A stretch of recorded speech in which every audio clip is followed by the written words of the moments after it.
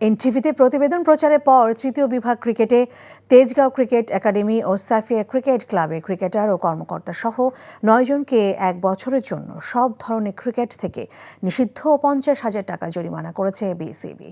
তৃতীয় বিভাগের এক ম্যাচে ক্রিকেটারদের মারামারিতে জড়িয়ে যাওয়ার পর সময় পেরিয়ে গেলেও কোনো শাস্তির আনুষ্ঠানিক ঘোষণার বিষয়ে বিলম্ব করে বোর্ড। অভিযুক্ত দুই দলই এরপরেও একটি ম্যাচে অংশগ্রহণ করে, যা তৈরি করে নজিরবিহীন এক উদাহরণ। যদিও কোড অফ কন্ডাক্টের ব্যত্যয় হলে চূড়ান্ত সমাধানের আগে দোষী ক্রিকেটার ও ক্লাব কোনোভাবেই খেলায় অংশ নিতে পারে না। এ নিয়ে এনটিভিতে একটি বিশেষ প্রতিবেদন প্রচারিত হলে তা নজরে আসে বিসিবির। আজ দুই ক্লাবে ক্রিকেটার ও কর্মকর্তা সহ 9 জনকে 1 বছরের জন্য নিষিদ্ধ ও 50,000 টাকা জরিমানা করেছে বোর্ড।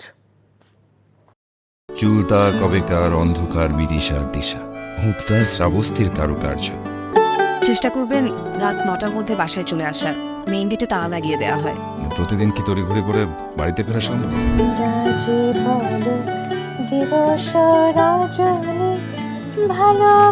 একটা কথা বলতে চাই, তুমি ভীষণ সুন্দর গান করে।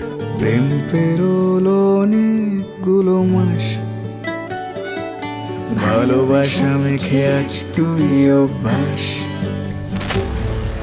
তুমি আমি এসে খুব সমস্যায় ফেলে দিলাম, তাই না? আসলে গাছ আর সম্পর্ক দুটোই একই রকম। জীবন্ত রাখতে হলে যত্ন নিতে হয়। ভালোবাসার বিষয়টা আপেক্ষিক, এক একজনের কাছে এক এক রকম।